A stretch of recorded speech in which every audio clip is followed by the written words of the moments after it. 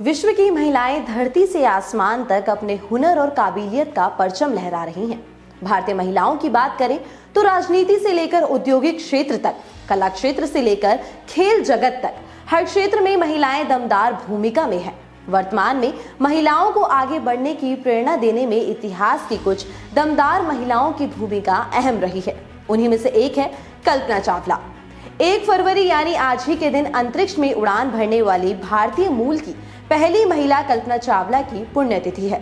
1 फरवरी 2003 को अंतरिक्ष में 16 दिन बिताने के बाद कल्पना चावला अपने 6 अन्य साथियों के साथ धरती पर लौट रही थी तो उनका यान क्षतिग्रस्त हो गया था। इस दुर्घटना में चावला समेत सभी यात्रियों की मौत हो गई थी। कोलंबिया डिजास्टर अंतरिक्ष हादसों की सबसे बड़ी त्रासदियों में से एक है।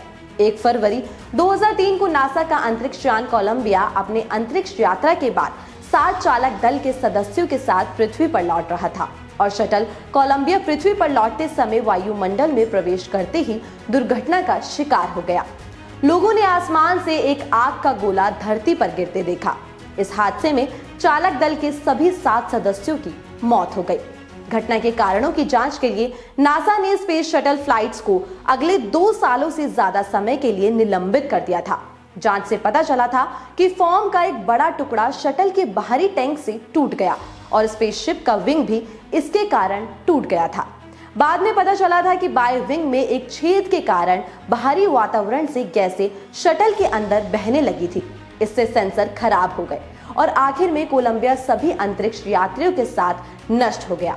फॉर्म के साथ समस्या होने के बारे में पहले से जानकारी थी। यही कारण है कि पता होने के बाद भी इसके इस्तेमाल को जारी रखने के लिए नासा कांग्रेस और मीडिया की गहन जांच के दायरे में आ गया था।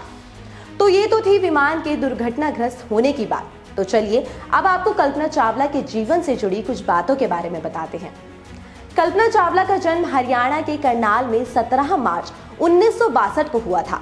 उनकी शुरुआती शिक्षा करनाल में ही टैगोर बाल निकेतन सीनियर सेकेंडरी स्कूल में हुई। कल्पना चावला का बचपन से ही पसंदीदा विषय विज्ञान था। वो एक फ्लाइट इंजीनियर बनना चाहती थी। इसी लक्ष्य को पूरा करने के लिए कल्पना ने पंजाब इंजीनियरिंग कॉलेज में दाखिला लिया और एरोनॉटिकल इंजीनियरिंग की डिग्री हासिल की। इस दौरान उन्हें नौकरी के ऑफर भी मिले, लेकिन वो आगे की पढ़ाई के लिए महज 20 साल की उम्र में अमेरिका चली गई। अमेरिका के यूनिवर्सिटी ऑफ टेक्सास में कल्पना ने दाखिला लिया और 2 साल की पढ़ाई के बाद एरोस्पेस इंजीनियरिंग में मास्टर की डिग्री हासिल की। उन्होंने वर्ष 1986 में दूसरी मास्टर्स की डिग्री हासिल की। 1988 में एरोस्पेस इंजीनियरिंग में पीएचडी की और तब तक कल्पना ने ये तय कर लिया था कि उन्हें अंतरिक्ष पर जाना है।